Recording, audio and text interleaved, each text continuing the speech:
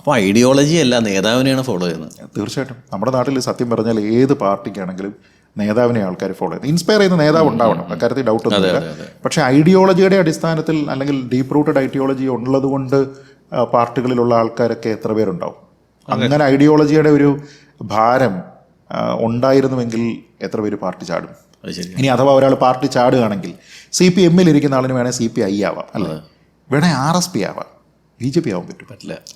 അത് കോൺഗ്രസ്സിലിരിക്കുന്ന ഒരാളിനും ഇതേപോലെയാണ്. ഒരു സെൻറ്റർ ലെഫ്റ്റ് ഉള്ള ഏത് പാർട്ടിയിലേക്ക് വേണമെങ്കിലും പോകാം. ഇപ്പോൾ വേണമെങ്കിൽ കോൺഗ്രസുമായി കലഹിച്ചിട്ടുണ്ടാക്കിയിരിക്കുന്ന പാർട്ടികളുണ്ട്, നാഷണലിസ്റ്റ് കോൺഗ്രസ് പാർട്ടി പോലെ, അവിടേക്ക് വരെ പോകാം.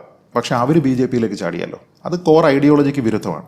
എന്ന് പറഞ്ഞാൽ നമ്മൾ ഏതെങ്കിലും ഒരു ആശയത്തിൽ ആകൃഷ്ടനായിട്ടൊന്നും അല്ല ഈ പണി തുടങ്ങിയത്.